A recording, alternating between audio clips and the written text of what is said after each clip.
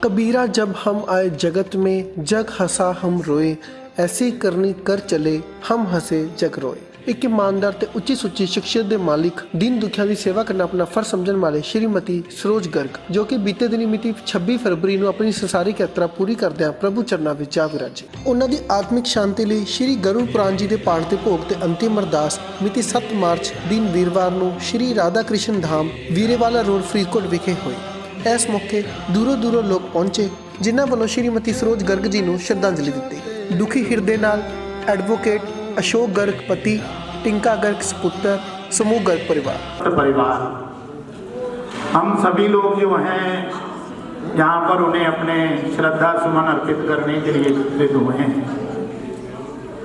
पिछले दिनी 26 फरवरी को इनके अकस्मात निधन की सूचना सबसे मिलनसार, सबसे मिलने जुलने वाली भाई बंधुओं के बीच प्रेम और स्वभाव का वातावरण बनाने वाली ऐसी स्त्री का लेकिन हम सब जो प्राणी है उस विधाता के विधान में बंधे हुए हैं कि जिस प्राणी ने Singla married to doctor Mukesh Singla ji, छोटी बेटी Neeraj Mittal married to advocate Kuldeep Mittal और बेटा पुनीत, जिसे हम सभी लोग प्यार से टिंका कहते हैं, अपने इस हरे भरे परिवार को, भाई भतीजों को छोड़ करके गई हैं। जो जीव इस संसार से चला जाता उसकी कमी तो संसार का कोई भी प्राणी, कोई भी बंधु, कोई भी मित्र पूर्ण नहीं कर सकता। तस्मात् स्वरूपिणं देवं यस्य पूजेन जनार्दना, कहते भगवान ने जब इस संसार के अंदर सृष्टि की रचना करी तो भगवान कहते हैं कि भाई इस सृष्टि का कर्म कैसे चलेगा यदि हर प्राणी इस संसार के अंदर जन्म ही ले अंदर मृत्यु प्रवेश न करती हो। ये गरुड़ पुराण जो है, ये गरुड़ पुराण भी हमें यही शिक्षा प्रदान करता है कि जीव कैसे संसार के अंदर आता है और कैसे संसार से चला जाता है। उनके भाई बंधुओं को क्या कार्य करना चाहिए जिससे जीव मोक्ष को प्राप्त हो। तस्य रूपेण जनार्दन पूज्य सरोज गर्ग जी के निमित्त में उनके पति श्री अशोक गर्ग जी ने बड़े विधि विधान से अपने घर में इस गरुड़ पुराण के पाठ को पूर्ण करवा रहे हैं। तस्य रूपेण जनार्दना, जिससे पूज्य सरोज गर्ग जी की आत्मा को शांति मिले, भगवान हरि नारायण को अपने धाम में निवास दें, इसी कामना को लेकर के हम सभी बांधव यहाँ पर उनको अपनी श्रद्धा सुमन देने के लिए भगवान ने इस लोक का नाम मृत्यु लोक बोला है। इस लोक के सबसे आगे ही मृत्यु रूपी शब्द लगा हुआ है। जिस संसार में हम जन्म लेते हैं, इस संसार में जन्म लेने वाले हर प्राणी के आगे जो है मृत्यु रूपी शब्द का उद्घोष होता है। जन्म लेने वाले संसार के साथ में भी मृत्यु लोक लगा हुआ है, लेकिन हम उस मृत्यु रूपी शब्द को के अंदर कितने प्रकार के प्राणी हैं। तो भगवान कहने लगे कि सुखदेव जी महाराज, मैंने जिस सृष्टि की रचना करी है, इस सृष्टि के अंदर मैंने 4 प्रकार के प्राणियों को बनाया है। इनको प्राप्त करने का केवल एक ही मनोरथ है कि भाई भगवान ने मेरे ऊपर कृपा करी है, इतनी योनियों में से मुझे निकाल करके मुझे ये मनुष्य की योनि प्रदान कर दी है, तो उस मनुष्य की योनि को मैं सार्थक करूं। तो मनुष्य की योनि हमारी सार्थक ऐसे नहीं होगी कि संसार में हमने जन्म ले लिया, श्वास ले रहे हैं, भोजन कर रहे हैं, निद्रा मैथुन आहारम, कहते जब भगवान ने ये सृष्टि जो रची है, इसमें सबसे पहले जो प्रथम श्रेणी के जीव हैं, भगवान ने उस प्रथम श्रेणी के जीव के अंदर उन्हीं जीवों को बनाया है जो चाहते हैं कि भाई भगवान ने मुझे ये मनुष्य की दे करके भेजा है, भगवान को प्राप्त करना है। ऐसा कोई भी मनोरथ लेकर के हम प्राणी संसार के अंदर नहीं बैठे। हमारी तृष्णाएं, हमारी चेष्टाएं दिन प्रतिदिन इस संसार में जन्म लेने के बाद बढ़ते हैं। कहते हैं तस्यन्ति रूपेण जनार्दनम, भगवान कहते हैं तज्जनम तानि कर्माणि तदायुस्तन मनोवचा निर्नामेनि विश्वात्मा सिद्ध्यते हरीश्वरा। कहते तज्जनम तानि कर्माणि, तस्य रूपेण जनार्दनं तज्जनं तानि कर्माणि तदा यस्तन मनोवचा निन्नाम एनिहि विश्वात्मा सेव्यते हरि ईश्वर। कहते वही शरीर धन्य है, वही नेत्र धन्य है और वही कर्म धन्य है जिससे हम भगवान के नाम का चिंतन करते हैं। भाई मुझे मनुष्य की योनि क्यों दी है, क्यों मैंने इतनी योनियों को निकाल लिया, कभी इस योनि में गया कभी उसमें गया, अब ये मनुष्य की योनि भगवान ने मुझे दी है। मुझे ये प्राणी हैं, इनकी संख्या इस संसार के अंदर बड़ी कम है, इनको भगवान ने प्रथम श्रेणी के जीव बोला है। अब दूसरी श्रेणी के जीव भगवान ने व्याख्या करते हुए कहते हैं कि दूसरी श्रेणी के जीव इस संसार के अंदर कौन है। कहते हैं दूसरी श्रेणी के जीव इस संसार के अंदर वो हैं कि जब तो संसार में दुख मिलता है संसार से, तब तो जीव जाता है भगवान की तरफ कि भाई अब संसार से मुझे दुख मिल रहा है, मैं इस संसार के आप मेरे इस दुख को दूर करो। तब जीव जो है भगवान का दिन रात चिंतन करता है। जब संसार से दुख मिलता है तब जीव भगवान की तरफ चला जाता है और कहते हैं जब हमारा वह दुख दूर हो जाता है, इसे नहीं कर पाता कि भाई मुझे भगवान का होकर के रहना है कि मुझे संसार का होकर के रहना है। यदि जीवन में खुशी चल रही है, जीवन में ऐश्वर्य चल रहा है, तब तो हम संसार में खो जाते हैं, संसार को अपना बना लेते हैं, फिर वह संसार में आ जाता है। तो जब तक श्वास चलते हैं तब तक वह ये निश्चय नहीं कर पाता कि भाई संसार का होकर के रहूं कि मैं भगवान का होकर के रहूं। ये दूसरी श्रेणी के लिए भगवान ने बोला है।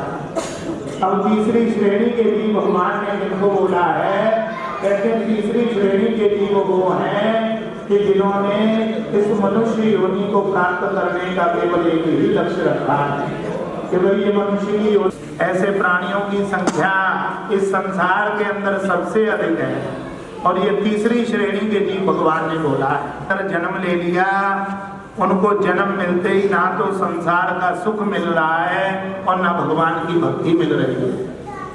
कहते हैं जीवन में संसार का सुख भी नहीं है और भगवान की भक्ति भी नहीं है।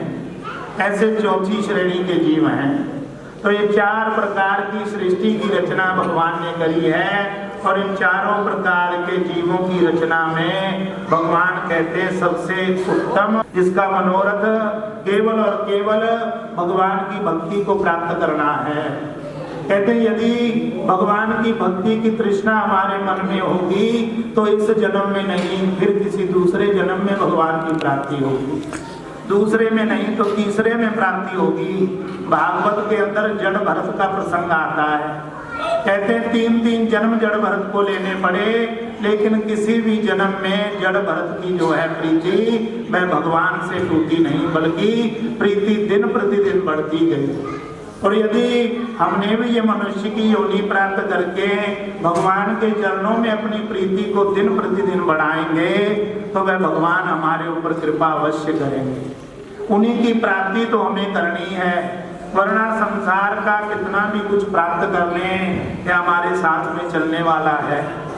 कितना लिख लिख करके जाते हैं कि ये मेरा है, मैं इसका हूँ, ये मेरा बनाया हुआ है, लेकिन जिस क्षण जीव इस घर को त्याग करके उस मार्ग की यात्रा पर जाता है, कोई भी सिंगल वस्तु इस संसार की उस प्राणी के साथ में नहीं जाती। तो गरुड़ जी महाराज भगवान केशव से कहने लगे कि प्रभु आपकी माया बड़ी विचित्र है।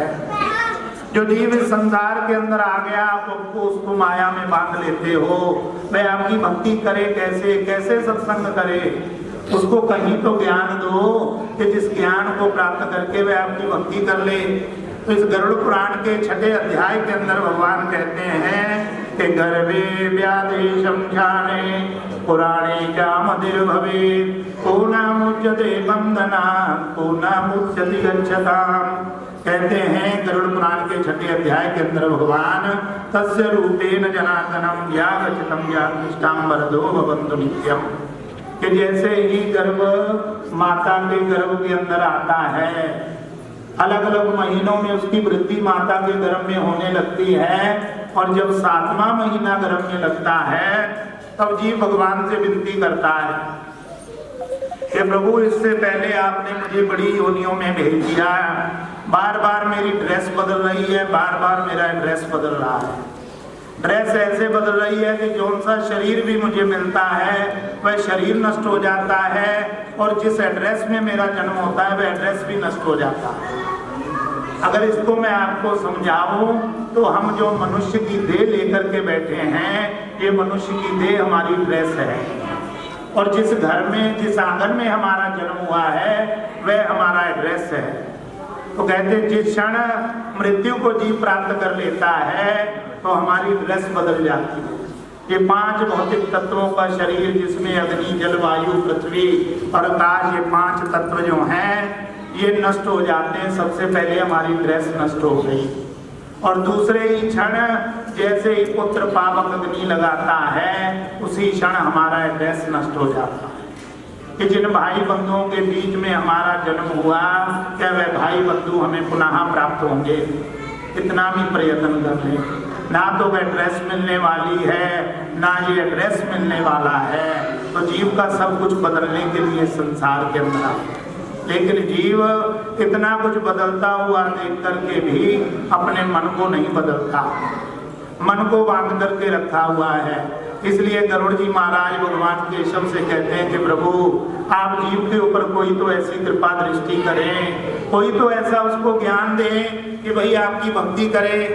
तो भगवान इस गरुड़ पुराण के 6ठे अध्याय में गर्भे व्याधे ज्ञान जो है जीव को भगवान ने माता के गर्भ के अंदर प्रदान किया है। जैसे ही गर्भ के अंदर माता के जीव को 7वां महीना लगता है, उसको अपने पूर्व के जितने भी उसने जन्म लिए हैं, जिस भी योनि में रहा, जो भी कर्म किए, उन सब का ज्ञान उसको हो जाता है। कभी इधर भेज दिया, कभी उधर भेज दिया, कभी इस योनि में गया, कभी इस योनि को प्राप्त कर लिया।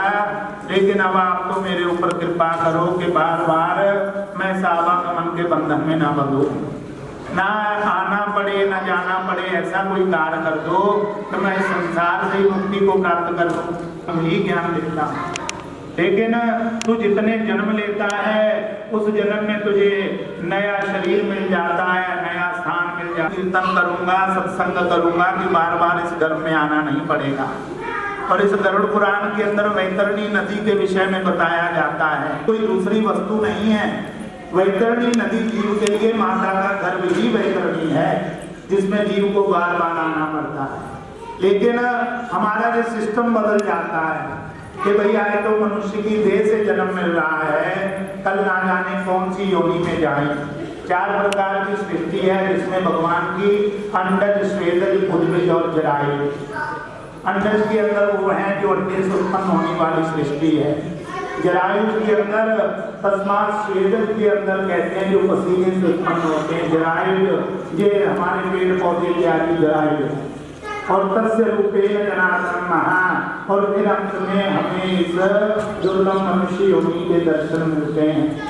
और इसके लिए भी कहा है कि बड़े भाग्यवान तन पावा होगा कि भाई इतनी योनियों के दुख ये भोग करके आया है, इतने कष्टों को भोग करके आया है। तो भजन है, जितना भजन हम उस आत्मा के लिए कर देंगे उतना ही सार्थक है। अन्यथा जैसे कहते निराधार वृक्ष इस संसार के अंदर पड़ा रहता है, बिल्कुल वैसे अंतिम श्वास निकलते ही जीव भी वैसे ही संसार के अंदर गिरा का गिरा रह जाता है।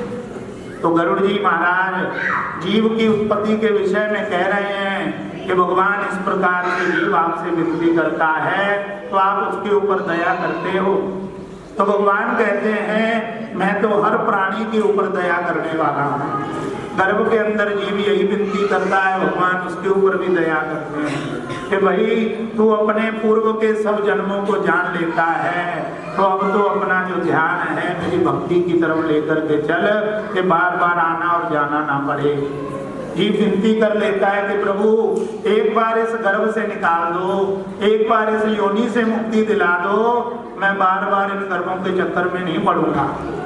भगवान उसकी विनती मानते हैं। जैसे इस संसार में जन्म मिलता है, कहते फिर माया के बंधन में बंध जाता है। और वह माया जीव के लिए क्या है? कहते माता पिता पत्नी भाई बंधु रिश्ते नातेदार, ये जितने भी हमें संसार में प्राप्त होते हैं ये सब माया रूपी बंधन जीव को जन्म से ही बांध लेते हैं। कहते जन्म होता है, माया कैसे द्वार पर खड़ी रहती है कि ये तुम्हारी माता जी हैं, ये तुम्हारे पिताजी हैं, ये भाई हैं, ये बंधु हैं। जन्म से ही हमें उनके बंधन में बंधना पड़ जाता है। और जीव जितना भी भगवान से ज्ञान प्राप्त करके आता है गर्भ का, इस संसार में गिरते ही सबसे पहले वह ज्ञान नष्ट हो जाता है।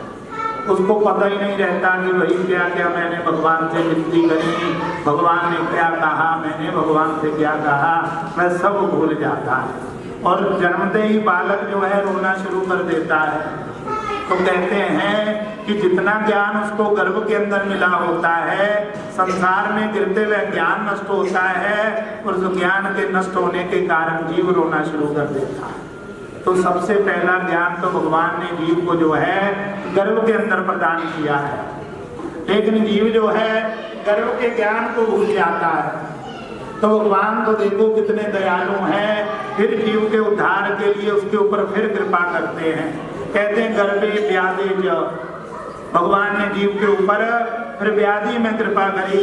कहते हैं जैसे ही कोई व्याधि, कोई संकट, कोई कष्ट हमारे ऊपर आता है, तब जीव कितना चिंतन भगवान का करता है, ये बंधु हमें छोड़ करके जा रहा है, क्या हमें भी ऐसे ही संसार का त्याग करना पड़ेगा? भूमि के अंदर विद्यमान है, जैसे ही उस शमशान की भूमि से अपना पग हम बाहर की ओर रखते हैं तो कहते हैं वह ज्ञान फिर नष्ट हो जाता है। और चौथी जगह भगवान जीव को फिर ज्ञान प्रदान करते हैं। एक जंगल था बहुत बड़ा, और उस जंगल के अंदर एक शिकारी था। वो शिकारी क्या करता था कि वही शिकारी आता था, दाना डालता था, जाल बिछा देता था, और सभी कबूतर जो हैं उस जाल के अंदर फंसते जा रहे थे।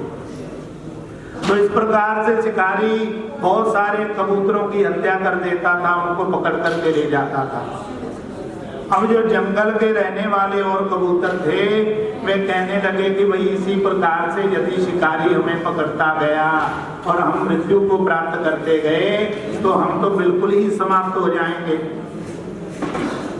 तो कहते हैं भाई ऐसा विचार लेकर के वो जितने भी कबूतर थे उसी जंगल के अंदर एक साधु की कुटिया थी, उस साधु की कुटिया में चले गए और जाकर के कहने लगे कि भाई इस जंगल के अंदर एक शिकारी आता है, जाल बिछाता है, दाना डाल देता है और हमारे बहुत से कबूतर जो हैं उसमें फंस रहे हैं। तो कहने लगे जो उस संत था उस जंगल के अंदर कुटिया के अंदर स्वाध्याय करता था, मैं कहने लगा कि भाई मैं तुम लोगों को एक बात सिखाता हूँ, तुम इस मंत्र को रट लो।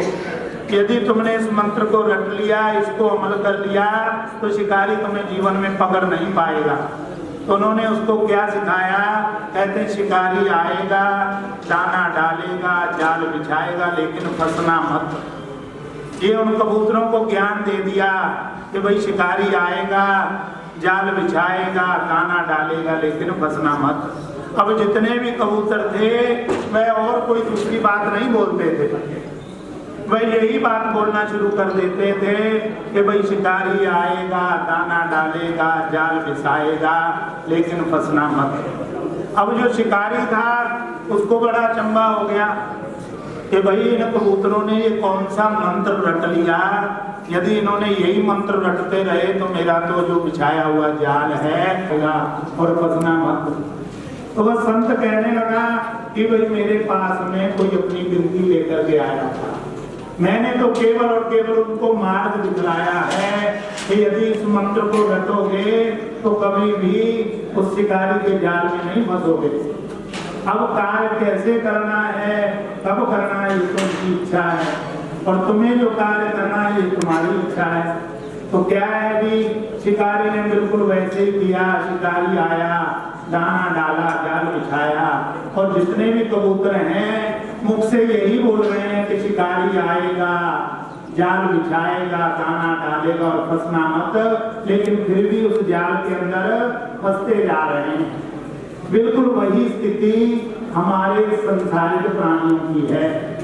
हम सब जानते हैं कि हमें करना क्या है, कैसे चलना है, कैसे रहना है। क्योंकि उन जंगल के जीवों की भांति हो गई है कि कहते तो जा रहे हैं कि शिकारी आएगा, दाना डालेगा, जाल बिछाएगा, फंसना नहीं, लेकिन फिर भी फंसते जा रहे हैं। बिछाए हुए हैं संसार के अंदर, और हम जो जीव हैं इन्हीं दानों को प्राप्त करते जा रहे हैं। मालूम है कि जाल बिछाया हुआ है, यही हमारी मृत्यु का कारण बनेगा। इससे दूर रहना है। रोज रटते हैं, रोज जपते हैं, लेकिन जाकर के फंसते फिर उसी जाल के अंदर है। सो जाएगा राजा रंग फकीर, कोई सिंहासन चढ़ चला और कोई बंधा जंजीर।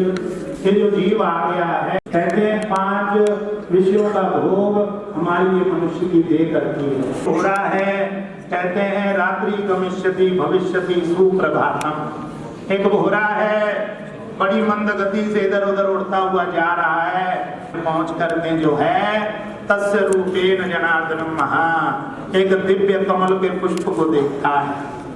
अब जो घोड़ा है उस दिव्य कमल के पुष्प को प्राप्त करना चाहता है, उसके रस को प्राप्त करना चाहता है। और वह घोड़ा जो है इधर उधर मंडराता हुआ घोड़े को बड़ी पसंद है, और उसकी महक में ऐसा होता है कि वह ये भूल जाता है कि कमल का पुष्प सुबह खिलता है, और जैसे ही सूर्य अस्ताचल की ओर जाता है कि कमल का पुष्प भी बंद हो जाता है। लेकिन उसका जो मन है, उसके जो तस्य रूपेण जनार्दनम, उसका मन तो लगा हुआ है उस कमल की सुगंधी में कि इसकी सुगंधी को मैं प्राप्त कर लूं और मुझे किसी चीज की प्राप्ति नहीं चाहिए। ऐसा करता करता विचार करता हुआ कमल के पुष्प में वह घोड़ा बैठा रहता है, और जैसे ही सूर्य महाराज अस्ताचल की ओर जाते हैं वह कमल का पुष्प बंद हो जाता है। और जैसे ही कमल का पुष्प बंद होता है, कहते हैं रात्रि गमिष्यति भविष्यति सुप्रभातम, कि रात चली गई है, दिन उदय होगा, फिर मैं ये इधर जाऊंगा, फिर उधर पुष्पों पर जाऊंगा, मकरंद एकत्रित करूंगा। ऐसी व्यवस्था को लेकर के मैं घोड़ा उस कमल के पुष्प में रहता है। और जैसे ही कमल के पुष्प में मैं भौरा रहता है, तस्य रूपेण जनार्दनम महा, एक मदमस्त हाथी आता है और आकर के उस कमल के पुष्प को उखेड़ता है और अपने पैरों की तरह लूट देता है, और उस घोड़े की जीवन लीला वहीं पर समाप्त हो जाती है। बिल्कुल वैसे ही जो घोड़ा है, कहते बांस के अंदर छेद कर देता है, लेकिन वह उस कमल के पुष्प में छेद नहीं कर पाता, क्योंकि उसको उसका मकरंद पसंद रहता है। मकरंद के चक्कर में सब कुछ भूल जाता है, और जैसे ही वह पुष्प बंद होता है, यही सोचता है कि भाई अभी रात्रि हुई है, सुबह होगी, प्रभात होगी, जैसे ही सूर्य उदय होगा ये पुष्प फिर खिलेगा, मैं इससे निकलूंगा, इधर उधर जाऊंगा। बिल्कुल वैसे ही संसार के अंदर आया हुआ हर प्राणी भी यही प्लानिंग करता है कि अभी कुछ क्षण इधर रहूंगा, फिर ऐसे कर लूंगा, फिर उसको कर लूंगा। काल रूपी भेड़िया बन करके और जीव को अपना ग्रास बना लेती है। तस्य रूपेण जनार्दनम महा यागचितम जात विष्टाम वरदो भवन्तु नित्यम महा। तो भगवान गरुड़ जी कहते हैं कि हे प्रभु, आपकी माया इतनी विचित्र है, जीव बचे कैसे आपकी माया से। तो भगवान कहते हैं द्विपद बंध मोक्षायो नाम मेति च नम मेति। कहते हैं जीव को बांधने के लिए केवल 2 ही बंधन है संसार के अंदर। जब तक मैं और मेरा करते रहेंगे तब तक बंधते जाएंगे। जिस दिन हमने ये कहना शुरू कर दिया कि ये मेरा नहीं है, मुझे तो केवल कुछ क्षण के लिए उपयोग करने के लिए प्राप्त हुआ है, इसके बाद किसी और का होगा, फिर किसी और को प्राप्त हो जाएगा, उस क्षण जीव अवश्य ही मुक्ति को प्राप्त कर लेगा। कितना भी लिख करके जाएं, कितना भी बोल करके जाएं, क्या हमारे लिखने से कोई वस्तु हमारी हो जाती है? जब तक श्वास चल रहे हैं तब तक उस वस्तु को अपना मानते हैं। जिस शरीर को हम अपना मान करके बैठ जाते हैं, सबसे पहले तो ये शरीर साथ छोड़ देता है। और भगवान कहते हैं कि भाई जब जीव निकलता है घर से, तब उसके साथ में कुछ जाता नहीं है। उसको ले जाने वाले जो प्राणी होते हैं वह भी कोई और चर्चा नहीं करते, केवल और केवल चर्चा उनकी क्या होती है कि राम नाम सत्य है, हरि का नाम सत्य है, उस परमात्मा का नाम सत्य है। जितने भी बांधव होते हैं केवल और केवल इसी की रटना उनके मुख से निकलती है, कोई दूसरा शब्द निकालने वाला कोई बांधव नहीं होता। कोई ये नहीं कहता कि जो ये बना करके गए हैं वह सत्य है, जो ये बैंक बैलेंस छोड़ करके गए हैं वह सत्य है, जिनके बांधव सत्य है। जीव यही कहता है कि राम नाम सत्य है, हरि का नाम सत्य है, लेकिन सत्यता मालूम कब पड़ती है? जब अंतिम श्वास इस देह से निकल जाता है तब पता चलता है कि संसार के अंदर सबसे बड़ी सत्यता क्या थी और असत्य वस्तु क्या है। असत्य हमारा शरीर है जो यहीं छूट जाता है, और सत्य भगवान का नाम है। इस देह से किया हुआ पुण्य कर्म सत्य है, और कुछ भी दूसरी वस्तु हमारे साथ में जाने वाली नहीं है। भगवान कहते हैं कि वासांति जीवनानि यथा विवाहे नवानि ग्रहणापि नरोपराणि, कि जिस प्रकार से हम अपने पुराने वस्त्रों को उतार करके नया वस्त्र धारण करते हैं, पुरानी वस्तु को छोड़ करके नई वस्तु को प्राप्त कर लेते हैं, बिल्कुल वैसे ही इस संसार सागर के आया हुआ बंधु तस्य रूपेण जनार्दनम अपने पुराने शरीर को त्याग करके नए शरीर को धारण करता है। क्योंकि भगवान का रूल ऑफ लॉ पता क्या है? भगवान का रूल ऑफ लॉ है अवश्यमेव भोक्तव्यम कृतम कर्म शुभाशुभा ना भुक्तम क्षीयते कर्मा कल्पकोटि सतैरपि। ये भगवान का रूल ऑफ लॉ है कि जो आपने इस मनुष्य की देह से अच्छा या बुरा जैसा भी कर्म किया है उसका उपभोग आपको अवश्य करना पड़ेगा। और ना भुक्तम क्षीयते कर्मा, कि जब तक आप इस कर्म का भोग नहीं कर लोगे तब तक बार बार आना पड़ेगा, जाना पड़ेगा। ये आने और जाने का कर्म तब तक समाप्त नहीं होगा जब तक हम अपना तस्य रूपेण जनार्दनम इस कर्म का पूर्ण क्षय नहीं कर देते। पुनरपि जननम पुनरपि मरणम पुनरपि जननी जठरे शयनम, के बार बार माता के गर्भ में आना पड़ेगा, जाना पड़ेगा, लेकिन जन्मत मरत दुसह दुख होई, कि जब जन्म मिलता है तब भी जीव बड़ा कष्ट भोगता है। माता के गर्भ के अंदर कोई सुख की अनुभूति नहीं है जीव को।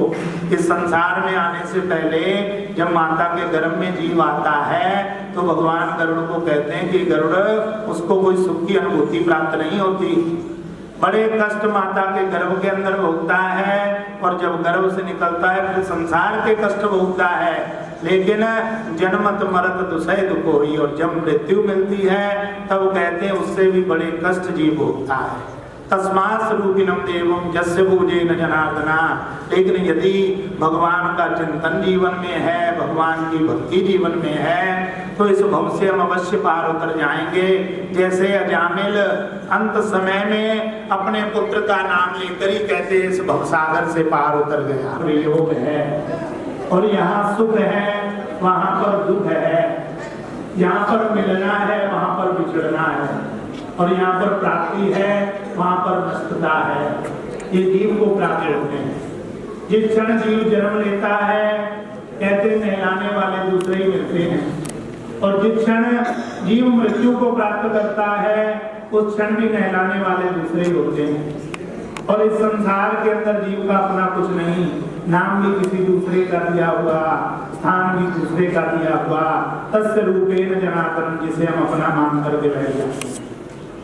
तस्य रूपेण जनार्दनम त्यागचतम यादृष्टान वरदो भवन्तु नित्यम महा। ये आवागमन का विरल क्रम जो है इस संसार में इसी प्रकार से चलता है जब तक हमें ये ज्ञान नहीं हो। शरीर के अंदर निवास करने वाली आत्मा है जिसका ना हम रंग बता सकते हैं, ना रूप बता सकते हैं, ना अवस्था बता सकते हैं। ऐसा कोई भी प्राणी नहीं है जो ये बता सकता हो कि जीव के शरीर के अंदर निवास करने वाली जो आत्मा है उसका रंग कैसा है, उसकी अवस्था क्या है, वह देखने में कैसी है।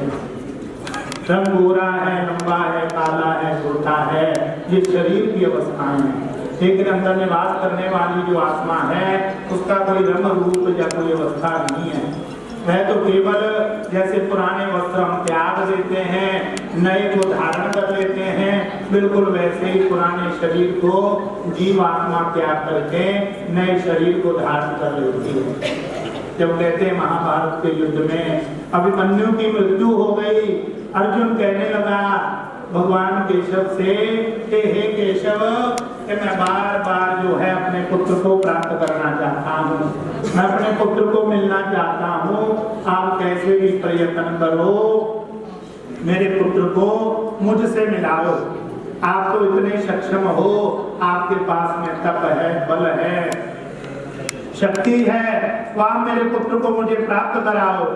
तो भगवान केशव अर्जुन को समझाते हैं कि हे अर्जुन, जिस जीव ने जन्म ले लिया और जिसने मृत्यु को प्राप्त कर लिया, उसको पुनः इस संसार से प्राप्त नहीं किया जा सकता। लेकिन जो अर्जुन है, अब भगवान केशव के इस ज्ञान को मानने वाला नहीं था, क्योंकि उसका मन और उसकी ममता जो थी अपने पुत्र में लगी हुई थी। तो भगवान केशव अर्जुन को कहने लगे कि हे अर्जुन, मुझे जो अर्जुन है एक लोटा उठाता है, जाकर के पास की नदी से उनको जल ला करके देता है, भगवान केशव उस जल को ग्रहण नहीं करते और बोलते हैं कि इस जल को उस नदी के अंदर डाल दो और मेरे लिए पुनः दूसरा जल लेकर के आता है। भगवान केशव फिर कहते हैं कि भाई मैं इस जल को ग्रहण नहीं कर सकता, तुम मेरे लिए वो जल लेकर के आओ जो तुमने नदी में डाल दिया। तो अर्जुन कहने लगा कि महाराज, जो जल मैंने नदी में डाल दिया है वो तो जल ना जाने बह करके कहाँ का कहाँ पहुँच गया हो, मैं वह जल आपको कैसे ला करके दे सकता हूँ। तो भगवान कहते हैं बिल्कुल वैसे ही जैसे जिस प्राणी ने एक बार इस संसार से अपने प्राणों को त्याग दिया, चाहे हम कितना भी प्रयत्न करें, दस्यन्ति रूपेण जनार्दनम्, उस जीव को पुनः प्राप्त नहीं कर सकते। इसलिए कहते हैं कि श्वास श्वास पे कृष्ण भज, यावत होए न होए। ये जो हमारे ये श्वास चल रहे हैं, भगवान कहते हैं इसको हमें व्यर्थ में नहीं गंवाना चाहिए। जितना चिंतन हो जाए इन श्वासों के ऊपर कम होता जा रहा है। जैसे हम कोई दिया जला देते हैं, दिया कब तक जलता है कि जब तक दिए के अंदर वह तेल विद्यमान है, तब तक ही दिया जलता है। और जिस क्षण कहते हैं उस दिए से तेल समाप्त हो जाता है, ज्योति निर्माण को प्राप्त कर लेती है। इसी पुण्यात्मा को अपने श्री चरण कमलों में स्थान दें और भगवान हरि नारायण जो है अपना वरद हस्त परिवार के ऊपर रखें, जो परिवार को इस दुख को सहन करने का बल मिले। सभी लोग कुछ क्षण के लिए मौन रह करके परम पिता पर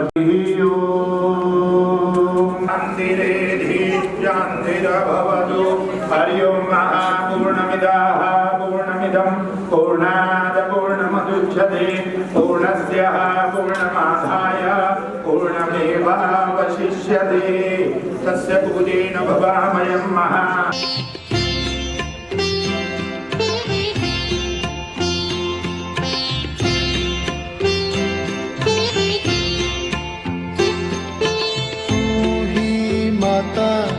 तू ही पिता है, तू ही माता, तू ही पिता है, तू ही माता, तू ही पिता है, तू ही माता, तू ही पिता है, तू ही तो है राधा का श्याम,